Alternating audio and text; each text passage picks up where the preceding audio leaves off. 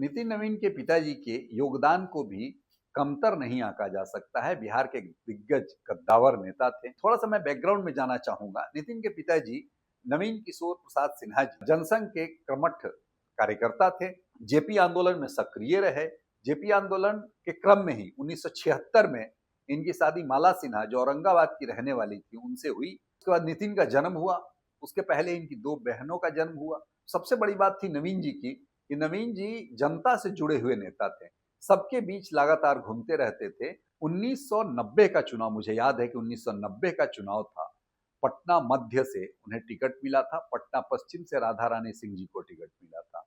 लेकिन सुशील जी को टिकट नहीं मिलने के कारण कार्यकर्ताओं में उबाल था और बाद में यह तय हुआ कि नितिन जी पटना पश्चिम से लड़ेंगे और सुशील मोदी जी पटना मध्य से लड़ेंगे। सिंबल मिलने में देरी हुई तो इन्हें जो सिंबल मिला वो जोरा कबूतर का मिला। हालांकि उस चुनाव में सुशील जी ही सिर्फ पटना से विजयी हुए थे 1990 के चुनाव में और नवीन जी चुनाव हार गए। लेकिन नवीन जी लगातार कार्यकर्ताओं के संपर्क में थे। काफी उस दौर को याद करने वाले लोग बताएंगे कि उस समय की क्या स्थिति थी।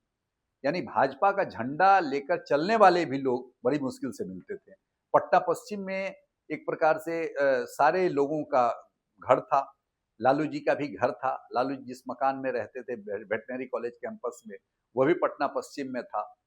और जो भाजपा का झंडा अपने घर में लगाता था, उसको बड़ी फजीहत का सामना करना पड़ता था। एक कार्यकर्ता ने अपने घर में भाजपा का झंडा लगाया था, तो जनता दल के कार्यकर्ताओं ने उसके उसके साथ बड़ी बदतमीजी की थी।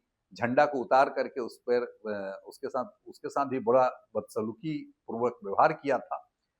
खैर, तो उस समय नवीन जी लगातार कार्यकर्ताओं के संपर्क में रहते थे। 1990 में जब कार्य सेवा हुई, पहली कार्य सेवा हुई, तो उसके लिए भी नवीन जी गए थे, रास्ते में गिरफ्तार कर लिए गए।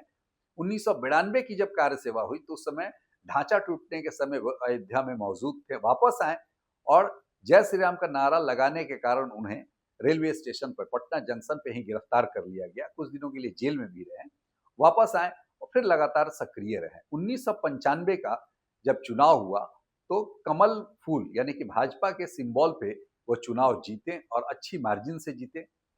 उसके बाद विधानसभा में लालू जी के खिलाफ लगातार उन्होंने आवाज बुलंद की और उसका खामियाजा यह हुआ कि नवीन जी के को एक विधायक ने दांत काट लिया। माने हाथ पे जिस तरह बंदर दांत काटते हैं वैसे दांत काट लिया था। लेकिन नवीन जी ने अपनी आवाज को, मधुर सौम्य व्यक्ति थे और अपनी आवाज को कभी मंद नहीं होने दिया। अपने विरोध को उन्होंने कभी कम नहीं किया और लगातार घूमते रहते थे, संपर्क करते रहते थे और यही उनकी ताकत थी। पटना पश्चिम से 1995, 2000 और 2005 2005 में दोनों चुनाव में वो विजयी हुए थे और काफी बम्पर मार्जिन, लगभग 1 लाख की मतों से वो चुनाव जीतते थे। लेकिन सबसे बड़ी बात थी कि 3 बार 4 बार के विधायक रहने के बावजूद उनके पास खुद का मकान नहीं था।